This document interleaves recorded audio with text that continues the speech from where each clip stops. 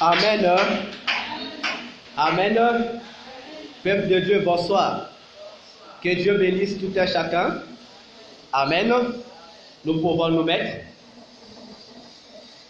Ce soir, nous continuons, comme c'est jeudi, notre jour de l'enseignement. Nous continuons avec la continuité de l'enseignement qui a été commencé le jeudi, plutôt le dimanche, avec l'ancien Élode.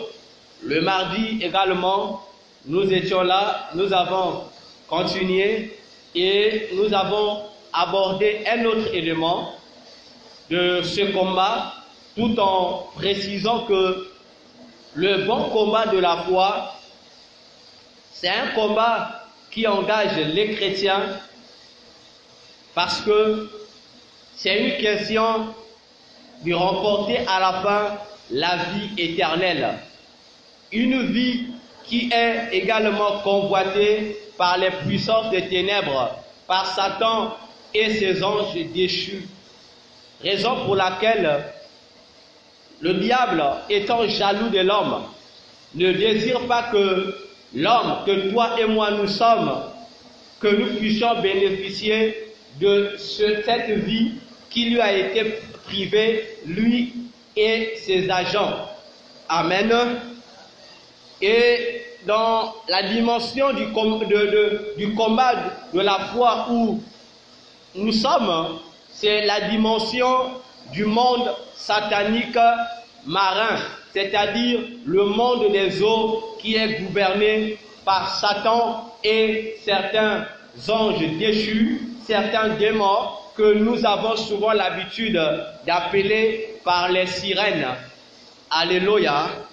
Et nous avons expliqué que dans ce temps de la fin, tous les agents du diable, tous les départements de Satan sont en accélération dans leurs activités pour pouvoir finaliser avec l'établissement du gouvernement mondial de Satan, qui est le règne du fils de Satan que nous appelons l'Antichrist. Nous l'appelons encore l'homme impie, nous l'appelons encore la bête, nous l'appelons encore le 666. Alléluia. Et nous avons expliqué encore pour dire que tous ces départements du diable sont en pleine organisation pour pouvoir finaliser avec ces préparatifs, mettre déjà toutes les conditions en place afin que l'Antichrist, le fils du diable, vienne se proclamer l'unique président du monde entier, l'unique roi de la terre et l'unique Dieu de la terre que tout le monde doit adorer, même les enfants de Dieu. Et parmi ces préparatifs, nous avons dit le problème du coronavirus en fait partie. Alléluia. Et nous avons dit que le monde satanique marin, le monde satanique des eaux, est un monde qui est géré par un démon que tous nous connaissons. Un démon qui se surnomme la reine du ciel. Et nous l'avons vu le mardi, que la reine du ciel n'a pas commencé aujourd'hui, que même dans la Bible, on parle d'elle.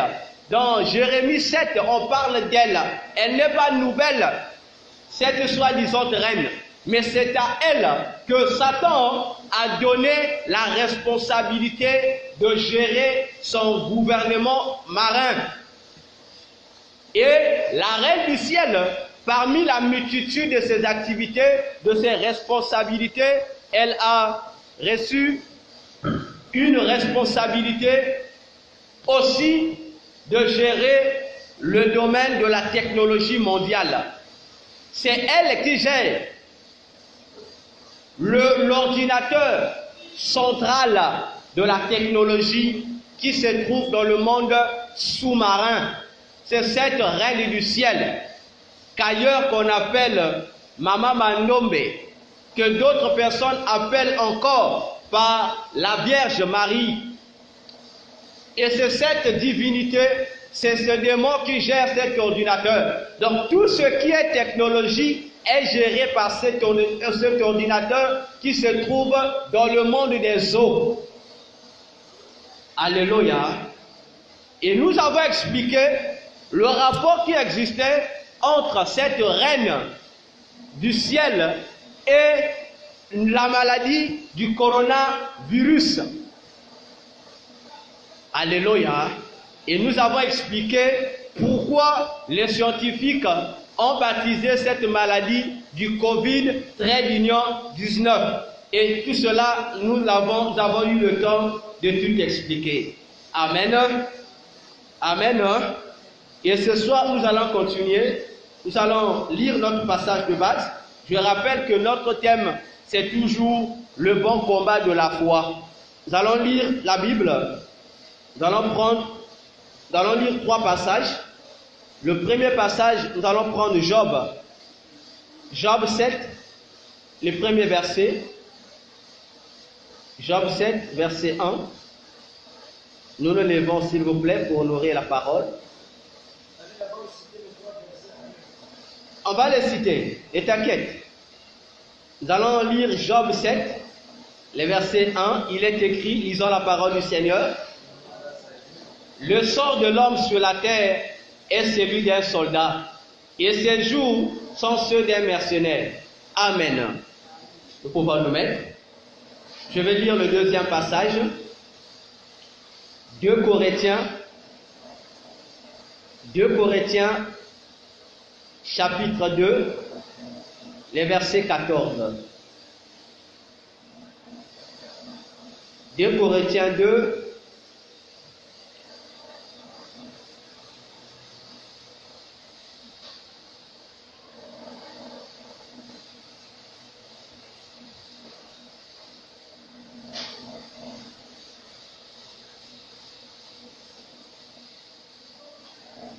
attendez que je cherche le passage.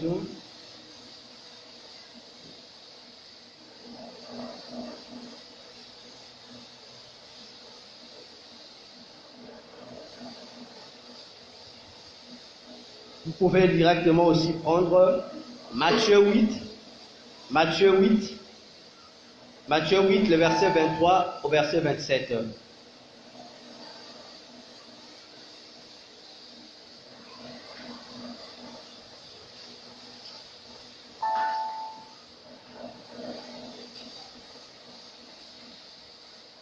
Matthieu 8, verset 23 au verset 27. Plutôt, prenez 2 Corinthiens 2, le verset 11. 2 Corinthiens 2, 11. Que dans cette version que j'ai, c'est dans 11. Il est dit, l'apôtre Paul dit, afin de ne pas laisser à Satan l'avantage sur nous, car nous n'ignorons pas ses desseins. Je reprends, afin de ne pas laisser à Satan l'avantage sur nous, car nous n'ignorons pas ses desseins. Amen. Nous allons prendre notre troisième passage, Matthieu 8, verset 23 jusqu'au verset 27. Je lis la parole de Dieu. La Bible dit, il monta dans la barque et ses disciples le suivirent. Et voici, il se leva sur la mer, une si grande tempête que la barque était couverte par les flots. Et lui, il dormait. Les disciples s'étant approchés, le réveillèrent et dirent, Seigneur, sauve-nous, nous périssons. Il leur dit, pourquoi avez-vous peur, gens de peu de foi? Alors il se leva, menaça les vents et la mer, et il y eut un grand calme. Ces hommes furent saisis d'étonnement. Quel est celui-ci, disait-il, à qui obéissent même les vents et la mer? Parole du Seigneur. Nous acclamons la parole de Dieu.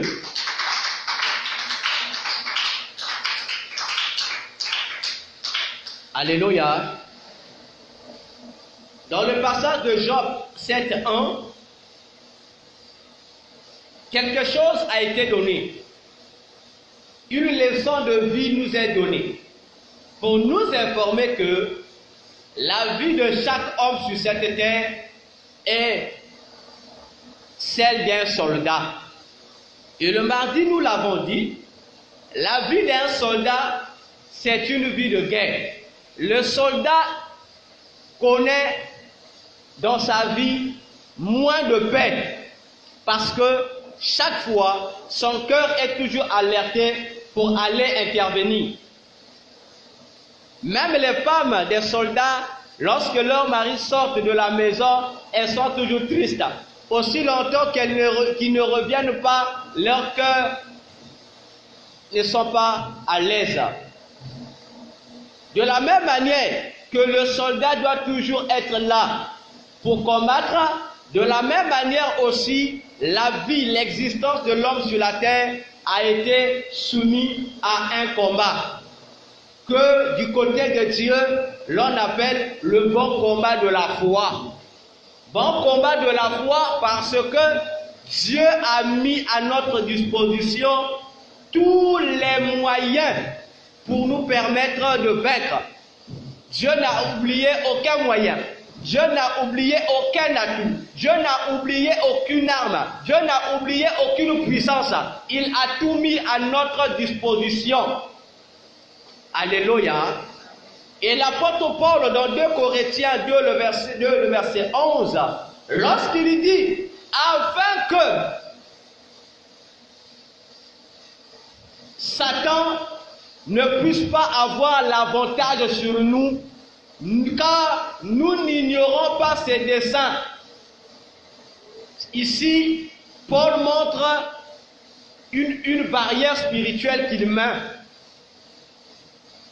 pour montrer aux enfants de Dieu que Satan n'a pas le droit d'avoir de l'avantage sur nous. Alléluia. Nous sommes dans un combat. Et dans le combat que nous sommes en train de mener contre Satan et toute son organisation, il n'est pas question de laisser à Satan le soin, l'opportunité d'avoir de l'avantage sur nous. Mais comment pourrons-nous faire pour empêcher, pour éviter que Satan puisse avoir de l'avantage sur nous? Paul dit, le seul secret, c'est de ne pas être ignorant en ce qui concerne les desseins de Satan. C'est-à-dire de ne pas être ignorant en ce qui concerne les projets que Satan élabore. Alléluia. Alléluia. Parce que le plus souvent, lorsque nous parlons des puissances des ténèbres, certaines personnes ne sont pas d'accord. Certaines personnes se fâchent. Disent pourquoi vous parlez des démons au lieu de parler de Jésus. La réponse, parmi l'une des réponses, sont là, dans 2 Corinthiens 2, le verset 11. Alléluia. Tu ne peux pas faire un combat si tu ne connais pas ton ennemi. Satan réussit à nous faire tomber parce que lui, il prend le soin de nous étudier. Mais nous ne prenons pas le soin d'étudier Satan. Alléluia. Tel que nous sommes là, Satan connaît les faiblesses de tout un chacun. Il connaît. Alléluia. Voilà pourquoi il vient pour nous tenter. Jacques même le dit. Satan ne vient pas te tenter n'importe comment. Il vient que te tenter au moyen de la chose que toi tu aimes. Et tes faiblesses font partie des choses que toi tu aimes. Alléluia. Amen. Qui n'aime pas ses faiblesses? Tous nous aimons nos faiblesses.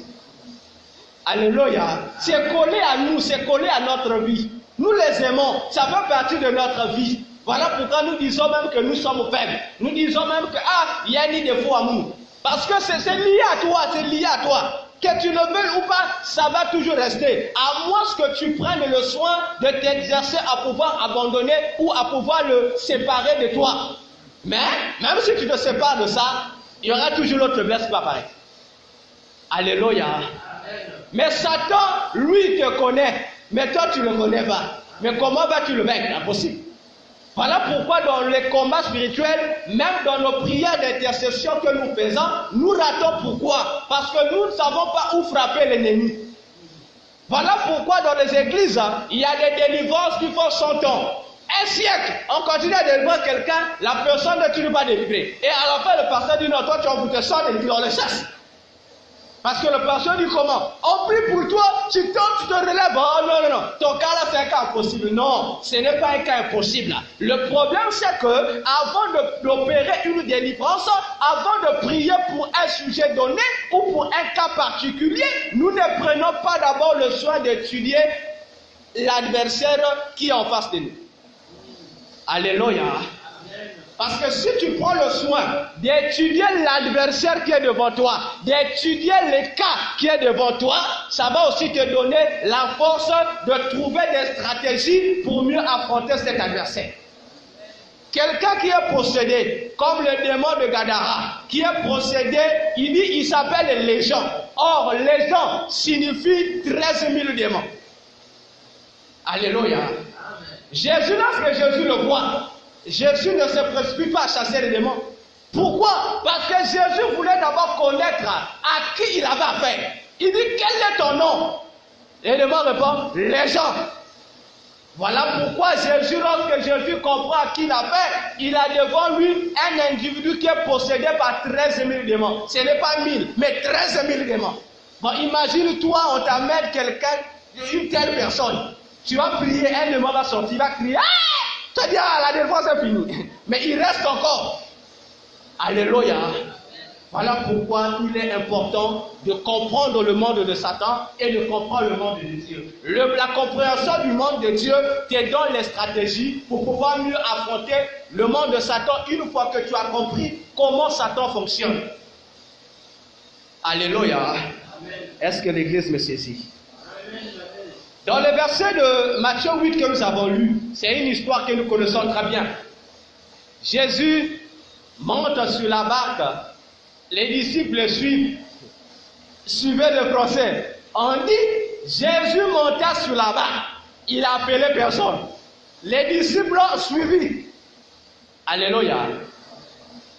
Pendant que les disciples ont suivi le maître, Jésus est allé dormir.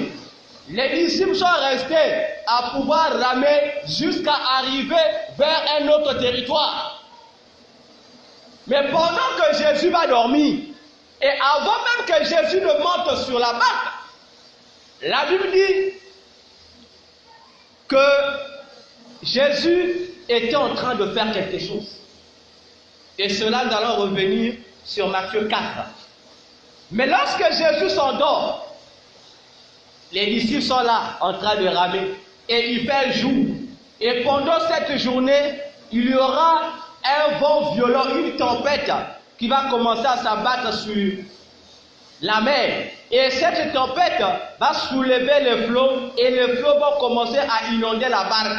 À tel point que la barque s'apprêtait à chavirer, s'apprêtait à Koudiyama. Et les disciples disent, oh, Bangolo avec qui mène. Ils sont allés réveiller le maître. Lorsque Jésus se réveille, il leur dit, homme de peu de foi, pourquoi avez-vous peur? Et il menaça le vent. La Bible déclare, et il eut le calme. Il menaça le vent et la mer et il y eut un calme. Alléluia. Pour comprendre cette partie, nous allons repartir dans Matthieu 4, les versets 11 jusqu'au verset 21. Nous n'allons pas lire. Dans Matthieu 4, les versets 11 jusqu'au verset 21, gardons à l'esprit que notre thème c'est le bon combat de la foi et notre sous-thème c'est le monde satanique marin ou le monde des eaux sataniques. Dans Matthieu 4, la Bible dit, une fois que Jésus reçoit l'onction, l'Esprit l'amène d'abord au désert. Alléluia. On dit pour être tenté par le diable. En parenthèse, par le diable. Lorsque Jésus va là-bas. Mais pourquoi Jésus doit aller là-bas au désert? Parce que lorsque Dieu crée le monde, Dieu divise les parties du monde en 3 dimensions qu'il présente physiquement à l'homme. Il lui dit, l'homme, tu vas dominer sur les animaux qui sont au ciel. Première dimension. Deuxième dimension, tu vas dominer sur les animaux qui sont sur la terre. Troisième dimension, tu vas dominer sur les animaux qui sont dans la mer. Alléluia. C'est dans ces trois dimensions que se résumait le pouvoir de l'homme sur les animaux terrestres. Alléluia. Satan, à son tour, a pris les mêmes dimensions. Il a aussi organisé au travers de ces dimensions des royaumes. Voilà pourquoi dans Éphésiens 2, le verset 1 jusqu'au verset 2, on dit Satan est le prince de la puissance de l'air. Il est là aussi. Dans les airs, il a aussi établi un gouvernement pour pouvoir s'opposer à l'autorité de l'homme. Dans les eaux, là où nous sommes, il a aussi établi un gouvernement. Mais sur la terre, il a aussi établi un gouvernement. Parce que pour bien voir la terre, il faut aller au désert. Tu vas comprendre que tu es sur la terre. Jésus, lorsqu'il est loin de l'esprit, il doit aller là-bas pour être tenté par le diable. Alléluia. Amen. Ça veut dire que le Saint-Esprit savait que ce jour-là, Satan était au désert. Il était au désert, mais il était allé faire quoi au désert? Nous l'avons dit la fois dernière. Le plus souvent, lorsque nous prions, nous avons l'habitude de chasser les démons, de les envoyer vers les lieux arides, c'est-à-dire vers les déserts. Dans nos têtes, nous pensons que lorsque nous les chassons là-bas, donc les démons pour nous vraiment que désert que Wandaka n'est endroit que ça là que démon péta, que démon puisse perdre sa puissance. Nous avons dit que c'est une grave erreur. Il faut enlever cette idée dans la tête. Alléluia. Parce que selon la Bible, dans Matthieu 12, les versets 43 jusqu'au verset 45, verset 43 jusqu'au verset 45, Jésus dit, lorsque un mauvais esprit sort du corps de quelqu'un, le démon là-bas au désert, il ne va pas au désert pour perdre les forces, mais il y va pour renouveler les forces. Parce que là-bas, il va prendre, Jésus dit, il va prendre 7 autres démons qui sont plus puissants que lui et ils vont revenir de là où on leur a chassé. Alléluia. Et nous voyons ici, puisqu'il va prendre, donc les déserts ici représentent la caserne de Satan, là où les forces, il y a une certaine catégorie d'esprits qui sont censés servir d'énergie aux autres esprits. Alors, ces jours-là aussi, sûrement, le diable était allé donner les instructions. Puisqu'il avait compris qu'il y avait un Jésus qui devait faire le trouble dans son royaume, il était conscient qu'il devait déjà donner des instructions pour que les esprits du désert, les démons qui règnent dans le désert, puissent déjà être aux aguets. Alléluia. Amen. Parce que le démon qui règne dans le désert, vous le connaissez aussi. Si vous lisez dans Nombre 16, je crois, vous allez voir son nom. Même dans la Bible parle de lui. Dans Lévitique aussi, je crois, on parle de lui. Il s'appelle Azazel. C'est lui le démon responsable de tous les démons que toi tu envoies au désert. C'est lui qui les ravitaille, c'est lui qui renouvelle leur énergie. Et lorsque Jésus va au désert, puisque son combat doit commencer avec la terre, Jésus va au désert pour vaincre d'abord le chef de ces démons du désert.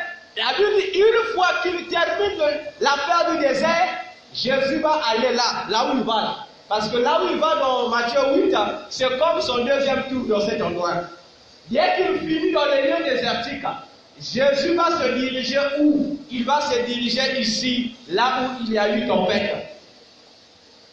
Vers à la mer de Galilée. C'est là où Jésus va se retrouver. Alléluia. La mer de Galilée qui porte dans la Bible plusieurs noms, parmi lesquels c'est la même chose avec la mer de Tibériade. C'est la même, on appelle ça le lac, on appelle ça aussi la mer de Tibériade, on appelle ça aussi le lac de Génézareth ou Sénéroth ou encore la mer de Galilée. Toutes ces expressions, lorsque je trouve ça dans la Bible, ça parle de la même eau. Alléluia. Et vous remarquerez que les premiers disciples de Jésus, Jésus les recrute là, à la mer de Galilée, dans la dimension des eaux. C'est là. Parce que Jésus comprend que le grand ennemi de l'homme sur la terre, ce n'est pas la dimension terrestre, ce n'est pas la dimension céleste, mais c'est la dimension marine. Parce que les esprits qui influencent plus la vie des hommes, ce sont des esprits des eaux. Et les premiers disciples de Jésus seront donc les hommes des eaux, c'est-à-dire les pécheurs. Et le premier pécheur que Jésus va appeler, ça sera Pierre. Le deuxième, ça sera André. Alléluia. Le troisième, ça sera Jacques. Et le quatrième disciple, ça sera Jean. Alléluia. Quel endroit? La Bible dit à Capernaum. Alléluia. À Capernaum. Donc, l'endroit où ils sont se retrouve dans la localité de Capernaum.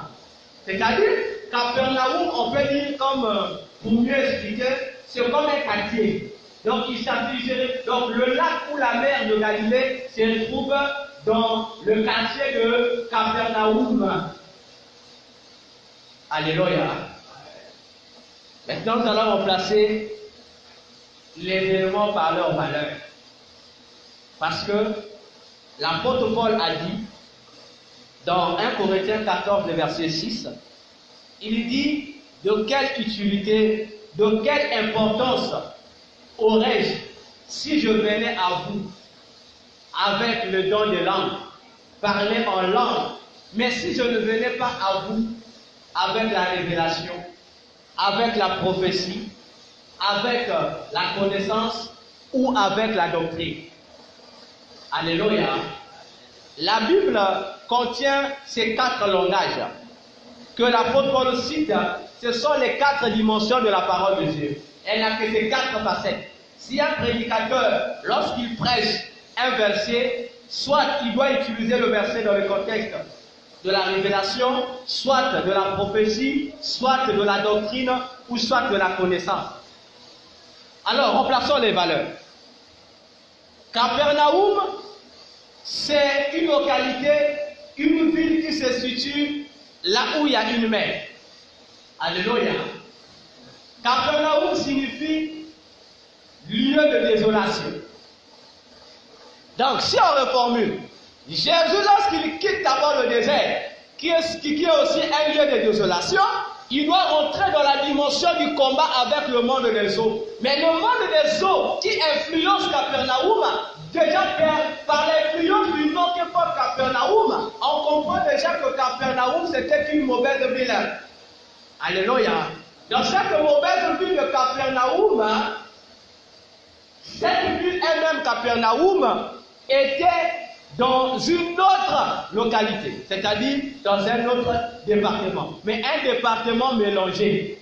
Capernaum se situait au milieu. Donc, une partie de Capernaum était dans la tribu de Nephtali et une autre partie dans la tribu de Zabulon. Alléluia. Est-ce que je me fais comprendre? Je m'explique. Prenons Capernaum comme un quartier. Et Capernaum se trouve dans une ville. Et la ville en question est formée par 2 tribus, c'est-à-dire par 2 villes. Une ville qu'on appelle Nephtali et une autre ville qu'on appelle Zabulon. Nephtali, nous savons que Nephtali est le 6e fils de Jacob. D'après la répartition des 8 tribus d'Israël, Zabulon est le 10e fils de Jacob. Le territoire de Capernaum leur était donné à ces 2 enfants de Jacob. Alléluia. Capernaum, non, commençons par Nephtali. Nephtali signifie ma lutte. Le nom Nephtali signifie ma lutte et le nom Zabulon signifie mon habitation. Donc ça veut dire que c'est une ville qui a 2 noms. ça porte Nephtali, ça porte aussi le nom de Zabulon. Donc, Nephtali, Zabulon. Donc, si on reformule, ça veut dire que ma lutte dans ma maison ou dans mon habitation. Alléluia. Et dans cette maison se trouve Capernaum. Autrement dit, un lieu de désolation. Donc, je mène un combat dans ma propre demeure parce que dans ma demeure, il y a désolation. Vous comprenez? Est-ce que l'Église comprend? L'Église n'a pas compris? Nephtali signifie ma lutte, c'est-à-dire mon combat. Zabulon signifie mon habitation, ma demeure, le lieu où moi je vis.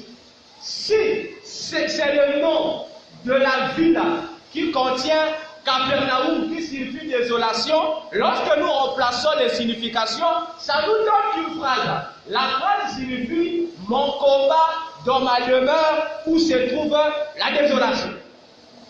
Alléluia. Ce n'est pas en vain que Jésus, après le désert, doit tomber là-bas. Et là, dans toute la Bible, vous allez lire. La Bible dit lorsque Jésus arrive dans cet endroit, on dit même que c'était une prophétie. Et qu'est-ce que la Bible dit? La Bible dit, les contrées, les habitants qui ont été assis dans les ténèbres ont vu paraître une grande lumière. Alléluia. Est-ce que vous comprenez l'importance de la signification des noms?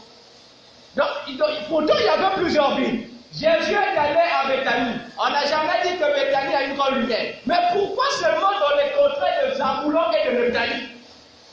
Parce qu'il y avait là-bas quelque chose qu'il fallait dénouer. Parce que lorsque Dieu donne une prophétie sur quelque chose, comprenez que pour Dieu, il y a une grande importance. Pour Dieu, il y a un mystère qui est caché là. Alléluia. Alors, on retrouve dans ce lieu de désolation 4 personnes que Jésus va choisir. Il va commencer par Pierre, qui sera comme la tête. Or, nous savons que le véritable nom de Pierre, ce n'est pas Pierre. Parce que le nom Pierre, c'est un surnom que Jésus lui a donné. Mais avant que Jésus lui donne ce surnom, Pierre s'appelait Simon. Alléluia. Pierre s'appelait Simon. Or, Simon signifie exaucement. Autrement dit, exaucer. Autrement dit, Zambi, Mekouwa, Mounou. Ça signifie exaucement. Le deuxième disciple qui va suivre, c'est André. Or, André signifie vigueur, quelque chose qui a de la force. Alléluia. Est-ce que vous retenez la logique et les significations?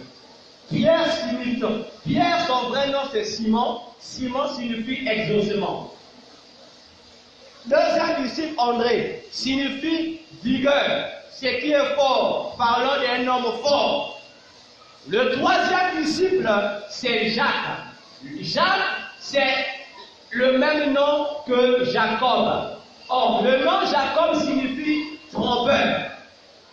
Alléluia. Donc, nous avons exaucement, on a vigueur, on a trompeur, et le quatrième disciple que je dois choisir, c'est Jean. Jean signifie faveur. Alors, formez-moi une phrase. Voilà l'exercice. Aujourd'hui, c'est jeudi d'enseignement.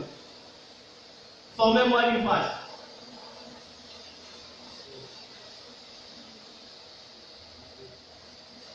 Pierre signifie Simon et Simon signifie exaucement. André signifie vigueur. Jacques signifie trompeur. Jean signifie faveur. Formez une phrase. Vous allez comprendre le message. L'ancienne, ça vient? La phrase arrive. Amaraï, ça vient? Frère Bertrand, il y a la plus d'avait. Oh, mais il y a une fois, mais quand il a sonné, quand il a sonné, raccordez-le. Forme une phrase à partir des quatre personnes. Formez une phrase et on va trouver le message. Maman Marie, c'est venu. Diagonesse, je suis là, c'est arrivé.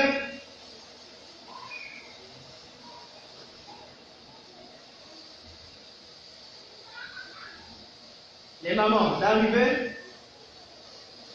Réfléchissez. Formez une phrase. Attends, là, vous êtes venu. Attends, ça vient, c'est arrivé. Oh, l'ancienne, c'est arrivé. Ah, le cas revient ici. Formez une phrase. Vous avez 4 personnes et lorsque la circulation de leur nom. Formez une phrase. Mais prenez le nom, quel que ça y est, formez une phrase. Faisons comme si c'était les jeux de. On appelle ça le Scrabble. Jeux de Scrabble, quelque chose comme ça. Formez une phrase. Vous avez 4 mots et formez des phrases avec ce mot-là. Et la phrase doit contenir les 4 mots. Les frères, ni Awa, réponse ni Awa. Ça ne vient pas.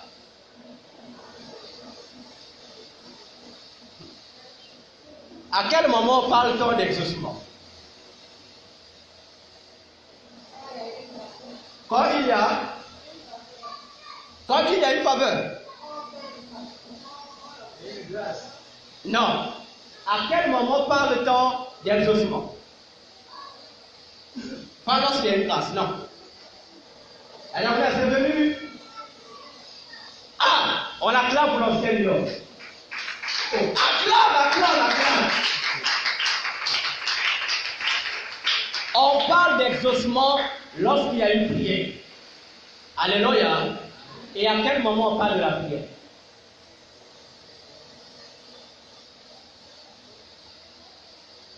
À quel moment on parle de la prière? Église, jeudi à mon il y a étude biblique à Ouanière. À quel moment on parle de la prière? Les mamans, à quel moment on parle de la prière?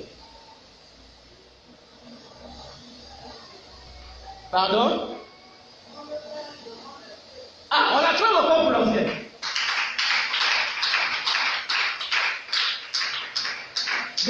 Donc, église, il y a des avares que là, ça veut dire qu'il y a quelqu'un qui a demandé que vous.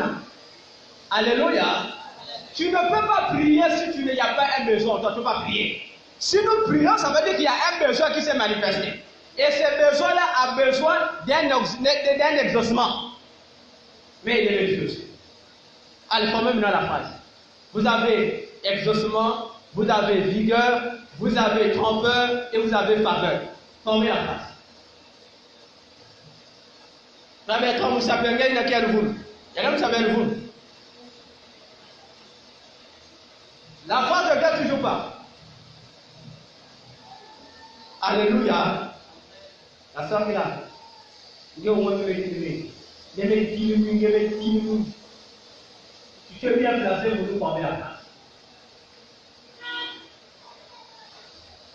Alléluia. Alléluia. La phrase signifie, s'il faut former une phrase, un homme qui est dans le besoin, qui est pourtant fort, mais trompé. Donc, il a besoin d'une faveur. Nous avons compris. Est-ce que nous avons compris? Ah, d'accord. Pierre, un homme qui est dans le besoin, ok? Qui a besoin, c'est-à-dire, s'il est dans le besoin, ça veut dire qu'il a besoin d'être exaucé. On reformule qu'il est dans le besoin. Puisqu'il est dans le besoin, c'est un homme fort, mais qui est trompé. Puisqu'il est trompé, ça veut dire qu'il a besoin d'une faveur. Est-ce que nous avons compris? Amen. Reformulation. Pierre, Jacques, Pierre, André, Jacques, Jean, c'est une personne qui est insatisfaite, mais qui a besoin d'une intervention de Dieu. Alléluia. Mais pourquoi il a besoin de Dieu? Parce qu'il se trouve dans une zone où il y a désolation. Alléluia. Est-ce que maintenant c'est clair? Amen. Hein? Maintenant nous repartons. dans notre Matthieu 8. Donc, tu comprends, garde à l'esprit que si on est en train de marcher avec un homme qui est dans le besoin, qui a besoin de la faveur. Jésus-Christ monte sur la barque. Mais la barque appartenait à qui? Si tu lis le texte de Matthieu comme nous avons lu, la Bible dit que la barque appartenait à Pierre. Alléluia. Jésus va prendre la barque de Pierre, mais sans demander à Pierre de le suivre. Lui, il prend la barque parce que lui, il veut faire un travail avec la barque. Quel est le travail que Jésus veut faire avec la barque? C'est se reposer. Aller dormir. Il veut dormir. Alléluia. La barque ici est l'image de ta vie. La barque ici est l'image de ton église. La barque ici est l'image de ton pays. C'est l'image de ta famille. C'est l'image de ton quartier. C'est l'image de ton village. C'est l'image de ta vie. Alléluia. Jésus prend la barque de Pierre. Signifie que Jésus prend ta vie. Il prend ta maison, il prend tes enfants, il prend ton mari, il prend ta femme, il prend ta famille, il prend. Mais pour quel objectif? C'est d'y trouver le repos. Lui, il prend pour trouver du repos. Parce que lui, il doit dormir. Parce qu'il comprend que le lieu important, le véritable lit où lui, Dieu, pourra trouver le véritable confort, ce n'est que dans ce qui t'appartient. Ce n'est que dans ta vie, dans ta maison, dans ta vie, dans ce qui t'appartient. Mais lorsque tu le prends, il ne te demande pas de le suivre. Alléluia. Il ne te demande pas de le suivre. Lui, il a juste besoin que tu lui donnes cet endroit-là pour lui permettre d'être à l'aise. Alors, les disciples vont le suivre. Puisque tous les disciples suivaient de Pierre. Si Pierre dit oui, eux aussi disent oui. Ils sont venus dans la barque. Jésus dormait. Et ils sont venus dans la barque. Ils ont dit, bon, comme nous sommes dans la barque, on va maintenant, comme Jésus, un pêcheur qui avait pris la barque, puisque c'est Jésus qui avait montré la direction de la barque, nous rentrons, nous allons où? De là où ils étaient là-bas, dans la mer de Galilée, ils étaient au nord. Jésus dit, nous allons prendre la barque cette fois-ci pour nous diriger vers le sud. J'ai déjà vaincu les esprits, les eaux qui se trouvent au nord. Je dois cette fois-ci terminer le combat jusqu'au sud. Jésus donne l'orientation. Pierre dit, oh, je suis un grand pécheur. Il reprend la direction de la barque. Jésus n'avait pas demandé à quelqu'un de l'amener. Hein. Jésus est monté lui-même, on l'a suivi, il est allé dormir. Comme pour lui, même si les disciples ne suivaient pas Jésus, Jésus en rentrant, il allait arriver là où il arrivait. Mais les pieds, ils ont pris la direction de la barque. Les pieds, ils ont pris la direction de leur vie. Dit, bon, comme c'est lui qui devait diriger, donc nous mettons en reprend le contrôle de ce qui nous appartient. Alléluia. Alléluia. Lorsqu'ils sont arrivés au milieu de la mer, les esprits de eau ont vu. On dit, erreur, nos esclaves, là-bas, au nord, ils ont été délivrés de notre puissance. Là, ils viennent, nous allons les récupérer. Alléluia. Parce que les démons ont compris, les sirènes des eaux ont compris que dans la barque, c'est lui qui dirigeait. Il n'y avait pas un dirigeant. Le dirigeant, c'était que des hommes qui le voyaient habituellement. Des hommes qui étaient d'abord leurs propres prisonniers. Ils ont compris que comme le capitaine n'était pas là, ils m'ont profité. Alléluia. Alléluia. Et c'est la même chose qui se passe actuellement dans nos vies. Pourquoi plusieurs chrétiens se refroidissent aujourd'hui? Posons-nous la question. Pourquoi plusieurs familles aujourd'hui qui priaient? Parce que le problème du bon combat de la foi, nous l'avons dit, ça ne concerne pas le païen, ça concerne les chrétiens. Pourquoi plusieurs familles chrétiennes aujourd'hui ont gardé que familles chrétiennes, mais en leur regarde à l'extérieur, il n'y a plus la vie chrétienne? Pourquoi des villes, des localités qui se disaient chrétiennes, aujourd'hui ont perdu cette nature de chrétienne? Alléluia. Parce qu'au départ, on a cédé à Jésus la place.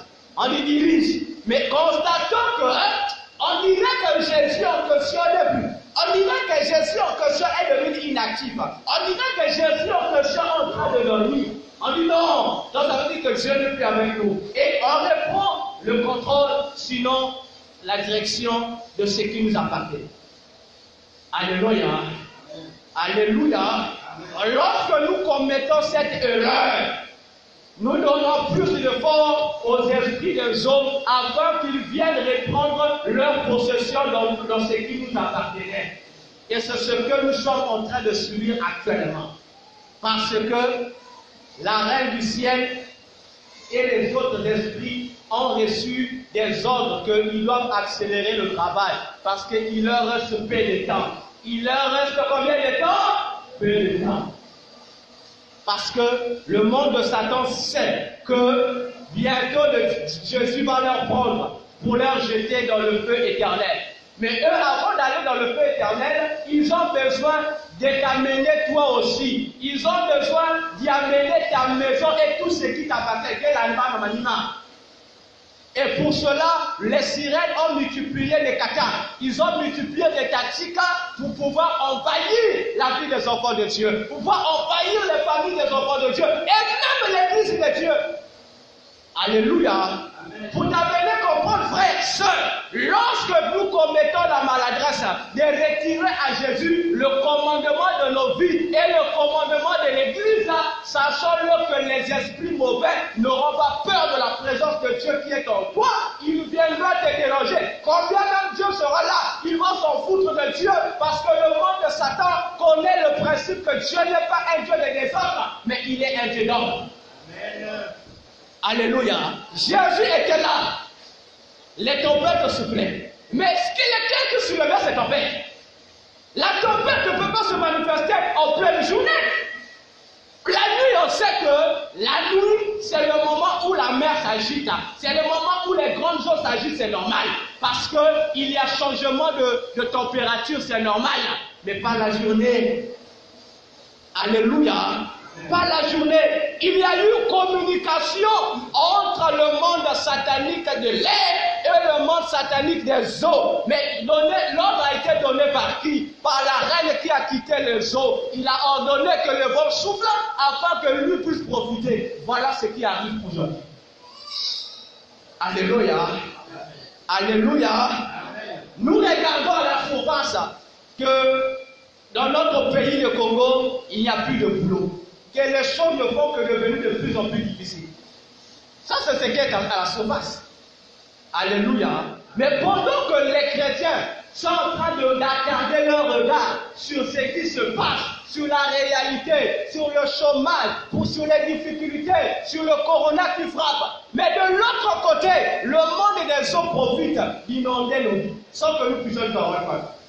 Mais lorsque nous allons nous en rendre compte, nous serons déjà prêts à l'inondation. C'est là où on se souvient que dans la barque, il y avait le vrai commandant pour réveiller Jésus. Alléluia. Amen. Alléluia. Nous acclamons le Seigneur.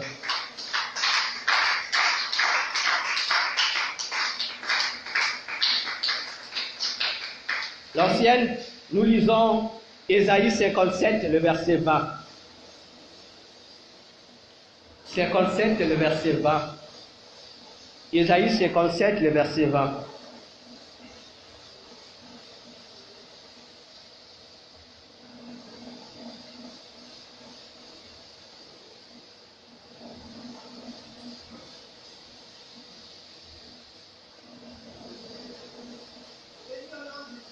Nous bénissons notre Dieu. Mais les méchants sont comme la mer agitée, qui ne veut se calmer, et dont les eaux soulèvent la rage et le mouvement. Amen. Est-ce que nous avons saisi? Le prophète Ésaïe dit ici, la mer agitée est l'image, est le symbole des esprits méchants. Alléluia. Donc nous comprenons ici que la tempête qui frappait, ce n'était pas une simple tempête. C'était un problème de combat. C'était une influence, une attaque qui venait des puissances de l'air, accompagnée des puissances des eaux, parce que la mer s'agitait. Ce n'est pas la tempête qui était le problème pour les apôtres. Le problème, c'était les eaux qui rentraient dans la barque. Alléluia. Alléluia. Parce que s'il sachait qu'il y a des vents, il pouvait résister. Mais le gros problème, c'était les eaux qui rentraient dans la barque qui causaient le problème. Nous avons dit que la grande activité du monde de Satan aujourd'hui, dans le monde des eaux, c'est l'utilisation de la technologie. Il faut que le monde entier puisse être connecté au réseau informatique. Il faut que tout soit lié ainsi. Parce que c'est cette connexion informatique qui doit permettre à ce que Satan puisse accomplir certaines missions, à ce que le monde entier ne devienne qu'un seul pays, à ce que la marque de la bête soit vraiment mise en valeur. Alléluia. Sans technologie, Satan ne pourra pas organiser son royaume. Voilà pourquoi les activités dans le monde des eaux sont à prendre au sérieux. Parce que le côté là aussi, c'est ce qui nous combat. Parce que nous l'avons dit le mardi, que le côté technologique est un côté que nous ignorons beaucoup dans notre combat spirituel. Lorsqu'on a dit le mardi, il faut se prier pour le téléphone. Les gens disent, oh, comment ça? Mais oui! Alléluia! Si tu ne pries pas pour tes appareils électroniques, pourtant tu diras, oh, oh. Sache que ton oh là ne va pas résoudre la solution. Parce que le problème, c'est qu'il faudrait que tu mènes le bon combat de la foi. Satan ne laisse rien au hasard. Chez Satan, il n'y a pas de perte. Chez Satan, il n'y a que d'avantage. Voilà pourquoi Satan touche les côtés que toi tu trouves humainement bons et où on ne peut pas appliquer la prière. C'est ce côté-là que lui touche. Parce qu'il sait qu'aujourd'hui, presque le monde entier adore la technologie. Et moins sont les chrétiens, sinon les païens qui sont éveillés à comprendre que la technologie est aussi un piège que Satan en place pour détruire la spiritualité des gens. Alléluia. Alléluia. Le monde des eaux détruit est en train de détruire. À nous de faire attention. Alléluia. Parce que dans le monde des eaux, nous pensons qu'il y a que ce que nous appelons les sirènes. Non. Eux aussi, ils sont catégorisés. Ils ont leur département, ils ont leur secteur. Mais actuellement, parmi les esprits destructeurs, il y a des esprits qu'on appelle, les esprits de Job qu'on appelle les esprits Rahab.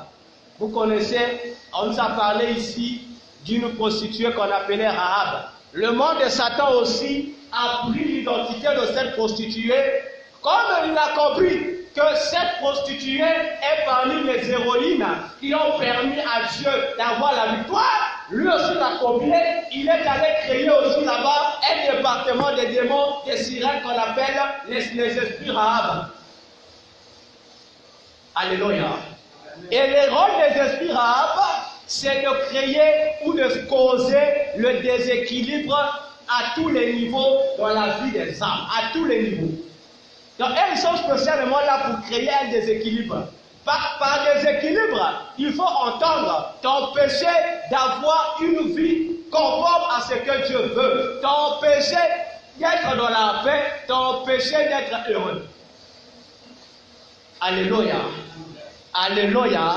Parce que les prostituées du monde, qu'elles soient belles, qu'elles soient gentilles, sachent qu'elles est un dépôt d'éléments.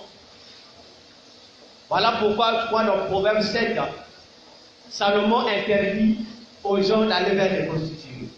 Salomon appelle ça séjour de mort. Alléluia. Parce que ces esprits Rahab, ils ne pardonnent pas. S'ils rentrent dans ta vie, ils ne viennent que pour les déséquilibres. Ils veilleront à ce qu'il n'y ait pas un équilibre dans ta vie. Ils vont veiller sur ça. Que ça soit sur le plan spirituel, que ça soit sur le plan physique, ils vont veiller sur ça. Et ils vont utiliser tous les moyens possibles pour réussir la mission.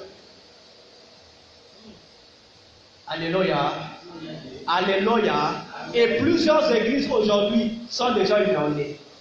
Tellement que les chrétiens ont eu le soin et utilisé toutes les forces pour essayer de vider les eaux qui rentraient trop tard. Les eaux sont tellement puissantes que les églises sont envahies. Et c'est là où le bon combat prend encore une autre ampleur. Et lorsque nous les disons, les sœurs se fâchent. Alors pourquoi vous vous fâchez? Alléluia. Alléluia. Lorsque vous faites comprendre aux églises, ce n'est pas interdit de faire la beauté. Ce n'est pas interdit de mettre les mèches. Ce n'est pas interdit de mettre les perruques. Ce n'est pas interdit de faire les femmes. Ce n'est pas interdit, ce n'est pas interdit. Mais attention, dans la non-interdiction, il y a des pièges qui sont là. Et ces esprits qui règnent, qui donnent de la valeur à ce piège-là, sont les esprits rahab. Regardons dans les églises. Regardons bien dans les églises aujourd'hui. Si nous n'allons pas retrouver le monde de vie des Syriens dans l'église. Regardons cela. Maintenant, tu reflètes en toi la civilisation des Syriens. Tu reflètes en toi le mode de vie des Syriens. Commençons de ta tête jusqu'à tes pieds. Maintenant, dis-moi, quel est le bon combat de la foi que tu vas lever? Alléluia. Alléluia. Tu ne peux pas. C'est-à-dire que lorsque Satan te voit dans le combat, Satan va te trouver comme vie de loin. Il y aura tu en train de faire le théâtre. Parce que le bon combat de la foi, nous l'avons dit, c'est une question de donner de la puissance à la foi. Ce n'est pas une question seulement d'avoir la foi, mais c'est une question d'exercer la foi. Exercer la foi veut dire, tu dois apprendre à marcher selon la volonté de Dieu. Autrement dit, tu dois mener une vie de véritable sainteté. Alléluia. Amen. Alléluia. Bon, maintenant, tu es même confondu à un mur. On pense que c'est de la peinture. Mais tout ça pour amener ça où? Alléluia. Alléluia. Amen. La Bible demande aux sœurs d'être modérées. Alléluia. Maintenant, nous quittons le mot modération pour aller plus loin. Mais pourquoi? Parce que nous regardons quoi? Les séries. Tellement qu'on voit, surtout Novelas. Lorsque le docteur dit encore que Novelas c'est la chaîne du diable, on dit oh, le docteur exagère. Regardez Novelas, dites-moi, les soeurs, les mamans, vous qui suivez Novelas, qu'est-ce que vous tirez de moi dans Novelas? Examinons nous-mêmes. Tu tires quoi de bon? En termes normal, lorsqu'on suit un film, une série, on doit en tirer les leçons après. Alléluia. Amen. Alléluia. Amen.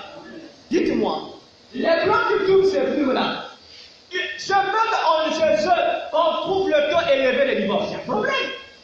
Mais soi-disant que c'est vous qui nous mettez des séries pour nous éduquer, pour éduquer le couple. Mais au lieu d'éduquer, vous détruisez encore le couple. Parce que dans les séries, on prend le soin de vous montrer comment détruire, comment tromper. On prend beaucoup de soin. Et c'est seulement vers la fin, on fait semblant, non, l'acteur et l'actrice se sont réunis, sont mariés. Mais tous les long des épisodes, on ne vous montre que les choses mauvaises. On ne vous montre que non, il y avait tel monde qui a fait ceci, il y avait tel homme qui a fait ceci. Et vous plaisez à ça. Le temps que tu payes pour suivre nos mélanges, rentre dans ta chambre, brille. Alléluia. Amen. Alléluia. Amen. Parce que les producteurs qui tournent ces films-là, ce sont des agents des eaux. Pour eux, c'est une adoration qu'ils font aux esprits des eaux pour valoriser cela. Alléluia. Amen. Qui a déjà suivi Marie ici? L'ancienne. Toi qui restes jusqu'à minuit. Tu connais la série Marie? Alléluia. Et alléluia. Amen. Tous ici, même moi, je me rappelle, j'étais encore enfant. Marimar, les gens viennent beaucoup à la maison. Marimar, c'est un jour. Les gens suivaient Marimar. Maintenant, dites-moi, est-ce que Marimar, l'ancienne, toi, moi qui suivais ça, est-ce que Marimar était une sirène? Est-ce qu'elle était une sirène? Marimar, c'était une personne, une femme normale, non? Alléluia. Amen. Alléluia. Amen. Soyez comme moi. Lorsque tu regardes, ne regarde pas comme tout le monde.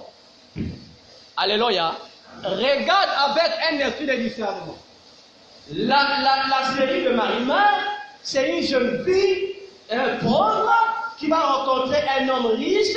Après, elle sera persécutée par les familles de cet homme-là. Après. Mais ce qui est curieux, église, vous ne faites pas attention. Lorsqu'on commence le générique, c'est-à-dire le début de la série, on va vous la montrer. Quelle est une première image qu'on montre aux gens avant que le nom Marie-Mère apparaisse? On montre quoi? On vous montre l'eau. Après, on montre Marie-Mère qui sort avec le poisson. Après, dès qu'elle sort, elle devient humaine. Vous ne faites pas attention à ça? Allez acheter au marché. Marie-Mère est juste au marché.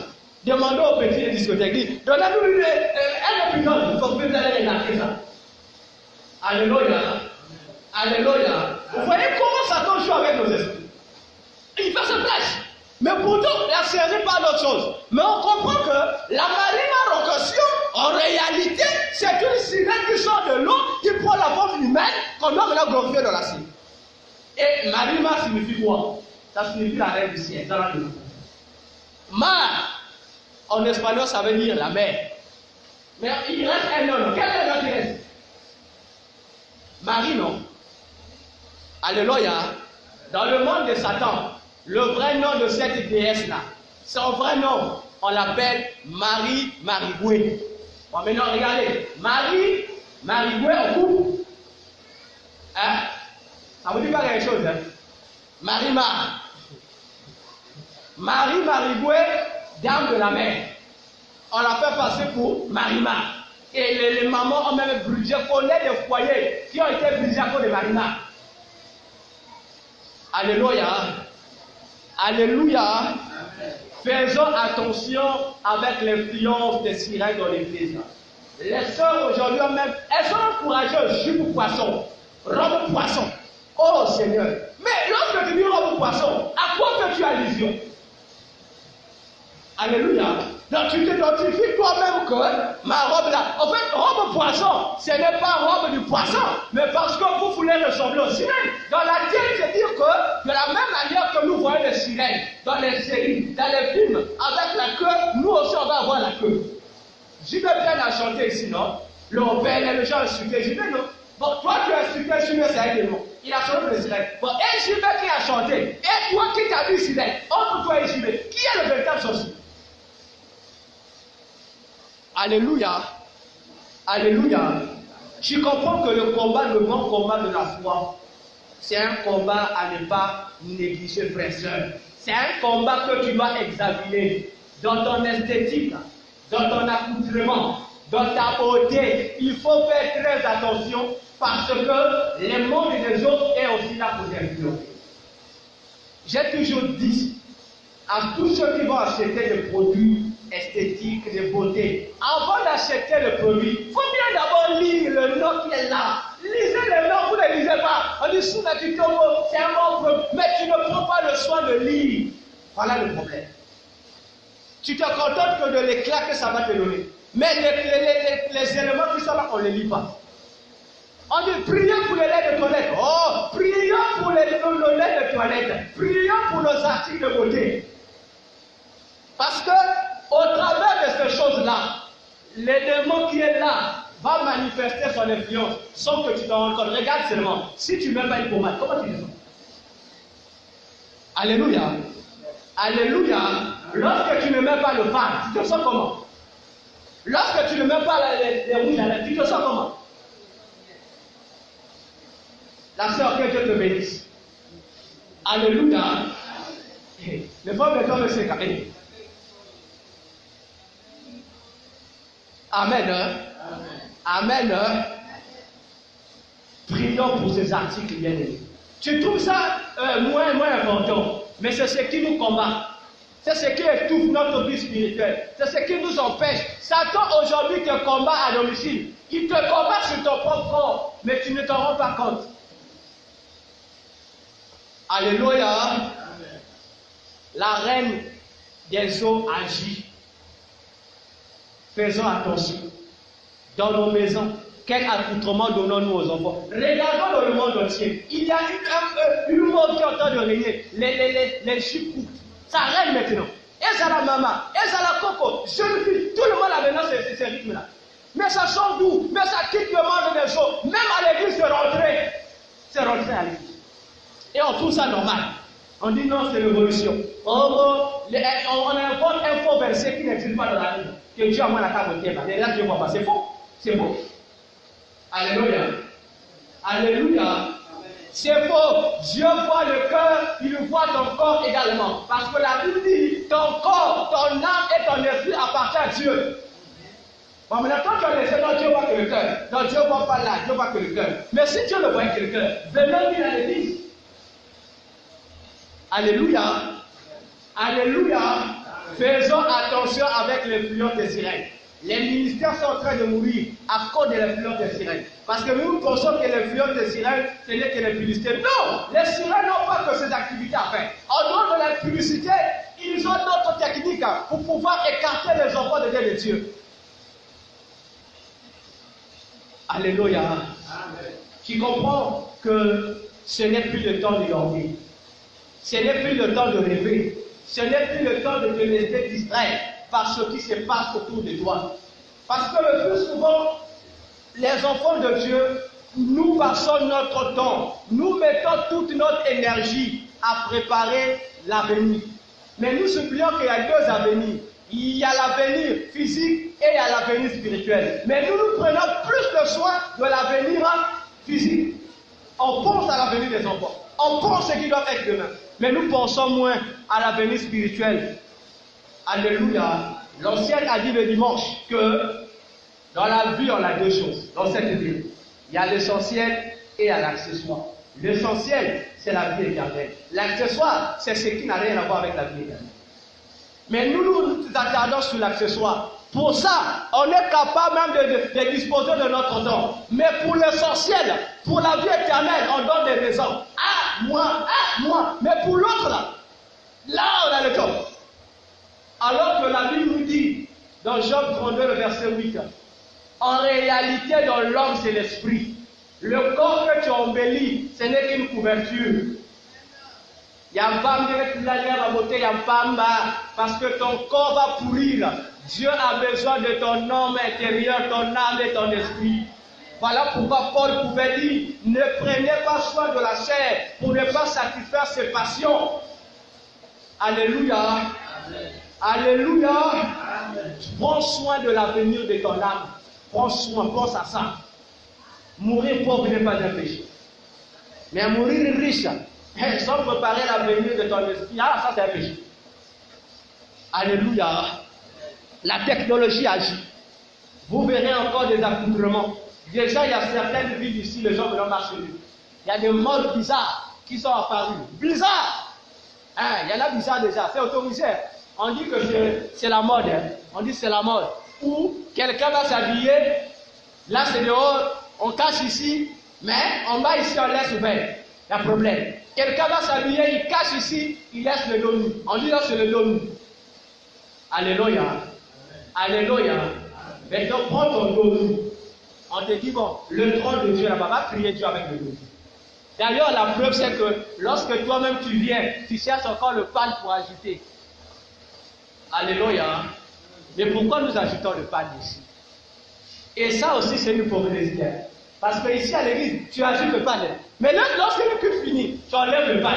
Mais si tu es conscient que devant Dieu, tu ne peux pas te présenter comme ça, tu as mis le pan. Mais pourquoi pas devant les hommes? Alléluia. Alléluia. Si tu constates que Dieu a dit que toucher Dieu, c'est mauvais, sache aussi que c'est les hommes, c'est mauvais. Parce que la véritable appréciation quitte c'est Dieu. Si Dieu a dit c'est mauvais, même si l'homme dit c'est bon, comprends que Dieu a dit c'est mauvais, c'est mauvais. Donc lorsque tu t'habilles, habille-toi bien. Alléluia. Habille-toi de manière, comme a dit Pierre, d'une femme qui craint Dieu. Ne copie pas, mais habille-toi de manière décente. Parce que la reine des côtes, la reine des eaux ne va pas te laisser le cadeau. Lorsque tu es dans ce monde-là qui leur plaît, le monde qui leur style à eux, sache déjà que Dieu ne te voit pas. Sache que déjà que tu es prisonnier. Sache déjà que ta vie spirituelle est froide. Sache déjà que ta vie de prière va plus exister. Ça va diminuer au fur et à mesure qu'on t'a diminué. Et tu n'auras plus le goût de prier. Mais pendant qu'on va te dire série, tu auras la motivation de la sur la série. Mais là, on va te prier. Tu vas dire, mon frère, ça vient après. Parce que déjà ton intention est braquée vers autre chose. Tu es déjà capturé. Alléluia. Amen. Alléluia. Amen. Est-ce que tu comprends quelque chose ce soir? Une fois, j'ai dit ici cette là Cherchez-moi la signification du mot allô. Vous n'allez jamais trouver ça. Et je vous ai dit, l'ordinateur qui est souterrain, sous-marin, tous les appels du monde passent là-bas. Donc lorsque je dis allô, ça passe là-bas. Toi qui dis, moi je dois avoir la discrétion. J'ai toujours dit aux enfants de Dieu, pour un enfant de Dieu aux yeux du diable, ta discrétion ne compte pas.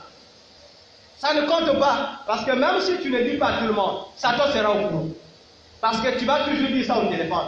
Même si tu ne dis pas au téléphone, là où tu vas rester là. Tu vas dire, pendant que tu parles, tu es capté et il va écouter. Alléluia. Alléluia. Amen. Pour te dire, la guerre spirituelle passe maintenant par les choses physiques. La technologie est là pour nous détruire. Faisons attention. Développons notre vie de spiritualité. Développons notre vie de prière. Cela va nous aider. Et j'ai toujours attiré l'attention des mamans et des papas. Ne suivez pas les dessins animés bizarres. Ne les faites pas aussi suivre à vos enfants. J'ai dit une fois ici que Skirikou était un dessin animé satanique. Ça m'a créé des problèmes avec cet homme de Dieu. J'ai compris, c'est parce que les hommes de Dieu ne rentrent pas dans l'atmosphère spirituelle pour voir. Si tu suis Skirikou, c'est un démon qui existe dans le monde des ténèbres. Tu suis celle qui se faisait passer pour Karaba la sorcière. C'est aussi un démon qui existe. Donc on prend deux démons, tel que Karaba est décrite. C'est de la même manière que ce démon qui règne dans les régions inférieures de la terre est aussi. Donc on prend un démon Kirikou. D'abord, la manière dont Kirikou est né doit t'interpeller, toi maman. Et tu ne dois pas encourager cela à voir avec ton enfant. Un enfant qui depuis le ventre, il naît lui-même, il parle. Et toi tu encourages l'enfant à suivre ça. Faites attention avec Dieu. Alléluia. Faites attention avec Dieu. C'est un message satanique qui passe. Mais nous ne comprenons pas. Mais les enfants comprennent le message. Voilà pourquoi les enfants qui veulent ressembler à Kirikou sont des enfants bizarres. Alléluia. On fait semblant de donner une intelligence à Kirikou.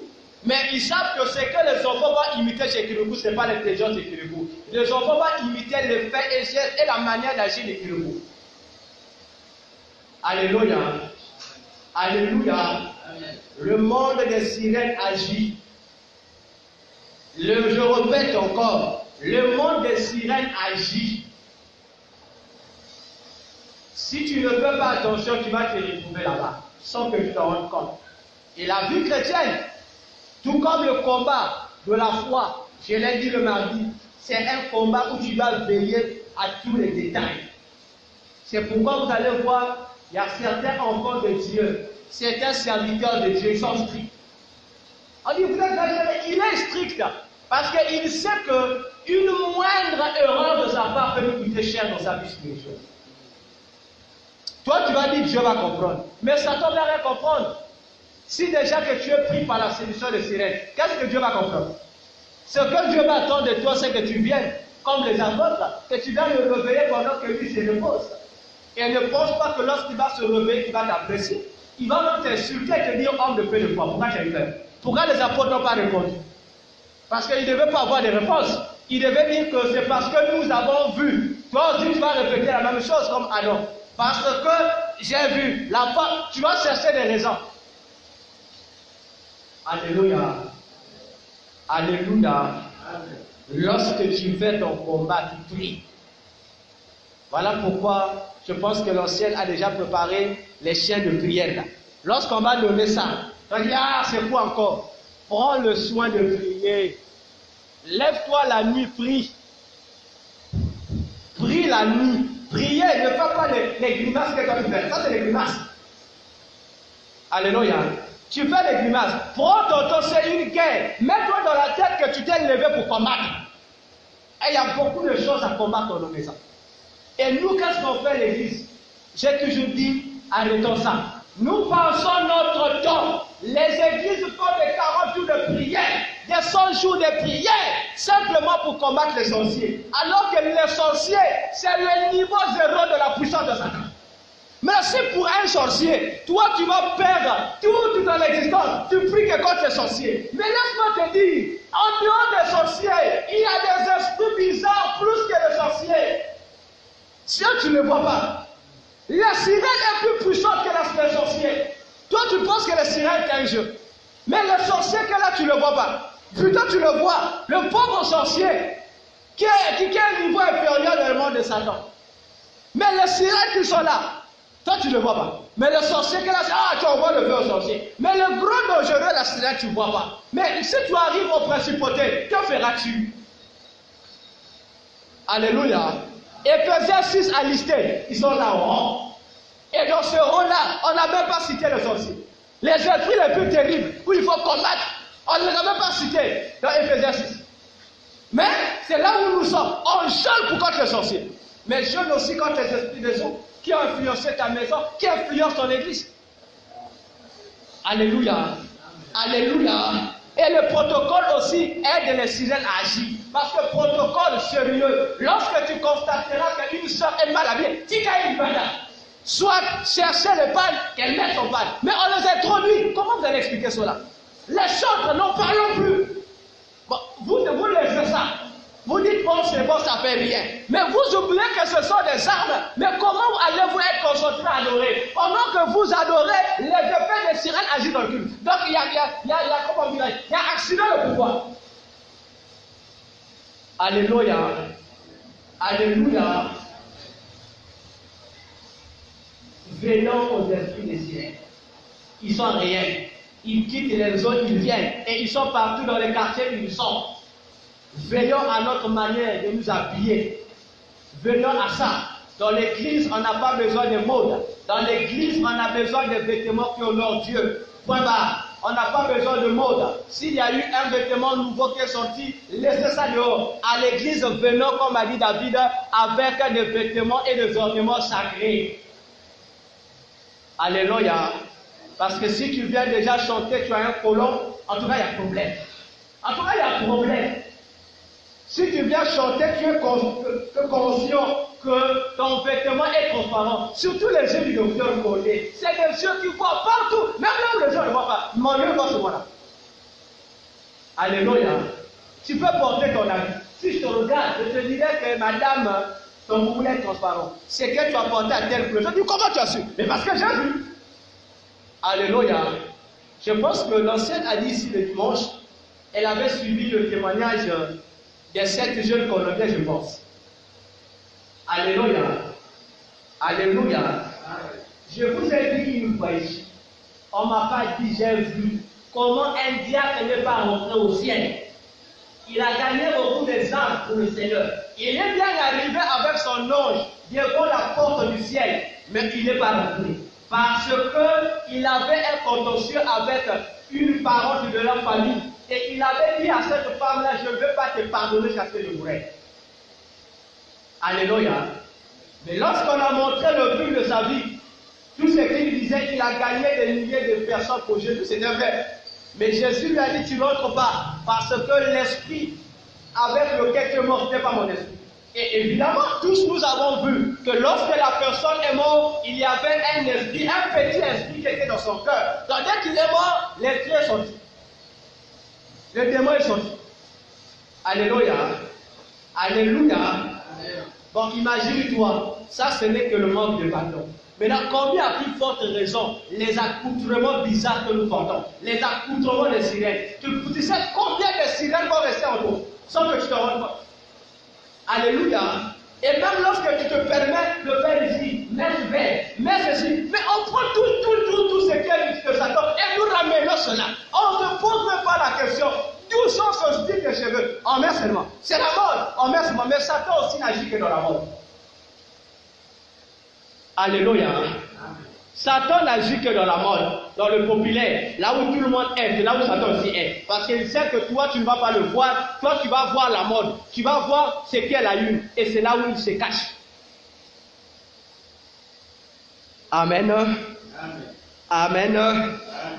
Donc, Ésaïe 59, les versets 15 à 16. Ésaïe 59, les versets 15 à 16. Vous allez remarquer que Dieu a interdit à son prophète d'intercéder pour certaines personnes. Dieu a dit non, pour ceux-là, n'intercède pas. Alléluia. Quand on te dit, fais attention, le bon combat de la foi est là.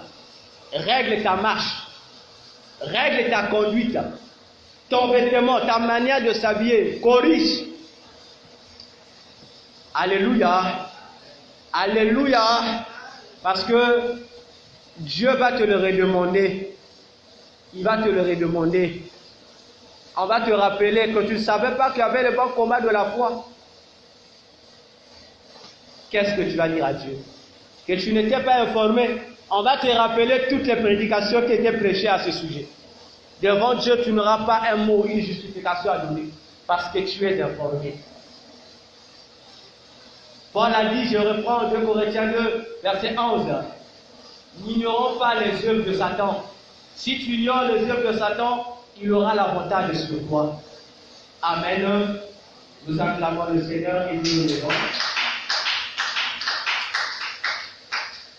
Nous sommes debout, nous allons prier. Bien-aimé, tu as écouté la parole. Depuis le dimanche, cette parole sur le combat de la foi continue. C'est pour persévérer à t'interpeller, à t'amener à prendre conscience qu'il faut maintenant prendre au sérieux ta vie chrétienne, particulièrement la sanctification, la vie de prière et la méditation de la parole de Dieu. L'Église est devenue faible. Nous sentons cette fatigue spirituelle, cette lourdeur. Pas seulement chez nous, ici, dans plusieurs nous sentons ça. Il y a un relâchement. Mais lorsque nous voyons les causes ne sont pas des causes dignes devant Dieu. Voilà pourquoi toi qui es là, qui as eu cette grâce d'être là, frère, seul, tu vas élever ta voix. Tu connais ta vie. Dis à Jésus, Seigneur, je suis là. Fais de moi une femme forte dans la prière, une femme qui sera digne devant toi. Que je ne sois pas, je ne me laisse pas détruire par le diable, que Satan ne puisse pas avoir de l'avantage sur moi. Élève ta voix, prie Seigneur. Regarde ta vie, bien-aimée. Si tu as un péché que tu caches encore, c'est pour toi le moment de te séparer de ce péché. Regarde qu'est-ce qui influence ton accoutrement. Qu'est-ce qui influence, bien-aimé, ta coiffure? Qu'est-ce qui influence dans ta marche? Recommande-toi à Dieu. L'apôtre Paul a dit dans Galates 1, qui descend, il a dit aux Galatiens, qu'est-ce qui a arrêté votre course? Il dit la puissance que vous arrêtez ne vient pas de Christ. Il dit non, ça ne vient pas de Jésus. Si ça ne vient pas de Jésus, ça veut dire que ça vient du diable. Ta vie de prière a baissé. Même le goût de faire les choses de Dieu a baissé en toi. En toi, il y a une sorte de démangeance spirituelle. En toi, il y a une sorte de négligence spirituelle. Ces influences ne viennent pas de Dieu. Ça vient du malin. Ça vient de Satan qui veut t'éliminer dans ce combat de la vie. Qui veut déjà te mettre afin de te carter du cœur de Jésus. Bien-aimé, prie le Seigneur. Prie le Seigneur. Lorsque les Pierres ont compris qu'il devait mourir, ont compris que l'influence de Satan voulait les conduire à la mort, ils ont invoqué Jésus, ils sont allés réveiller Jésus. Oh, Dieu a dit, si mon peuple, sur qui mon nom est invoqué, s'humilie et m'invoque, je me lèverai et je les sauverai de la détresse. Frère et soeur, la tiédeur spirituelle est une détresse. La lourdeur spirituelle est une détresse. Bien-aimé, prie à Dieu. Tu as besoin qu'il renouvelle tes forces. Tu as besoin qu'il t'amène dans un haut niveau de prière. Tu as besoin qu'il fasse de toi, une flamme de feu, bien-aimé. Tu as besoin d'être debout dans la prière. Tu as besoin, frère, soeur, d'être debout dans la prière. Tu as besoin de la prière. Tu as besoin de la prière. Dis à Dieu, il n'y a que lui qui peut te donner ses capacités. Il n'y a que lui qui peut te donner ses forces. Il n'y a que lui, bien-aimé. Tu peux changer ta position spirituelle. Il n'y a que Jésus. Voilà pourquoi demande son aide ce soir. Demande son aide ce soir. Demande son aide. Dis à Jésus qu'il vienne te briser. Dis à Jésus qu'il vienne changer tout en toi. Que tout en toi puisse refléter sa gloire. Que désormais tu apprennes à vivre ta vie pour glorifier Christ et non tes passions charnelles. Oh, bien-aimé. Bien-aimé, Dieu a besoin. Dieu a besoin de toi. Dieu a besoin de toi. Il a besoin d'une église glorieuse. Il a besoin d'une église sainte. Il a besoin d'une église sans tache. Bien-aimé, prie le Seigneur. Prie le Seigneur. Prie le Seigneur. Il est ta force. Prie le Seigneur. Il est ta puissance. Prie le Seigneur. Prie le Seigneur. Demande à Dieu de te relever si tu étais tombé. Demande à Dieu de te relever si tu étais tombé. Demande à Dieu, Seigneur, qui te libère de l'influence démoniaque, qui te sépare avec la puissance des ténèbres, qui te sépare avec toute influence venant du monde des eaux. Dis à Jésus, tu ne veux plus être l'influence des eaux. Dis à Jésus, tu as besoin d'être inondé par le Saint-Esprit et non par les eaux de l'ennemi. Oh, bien-aimé, parle à Jésus. C'est pour ta vie. Parle à Jésus. Parle à Jésus, parle à Jésus.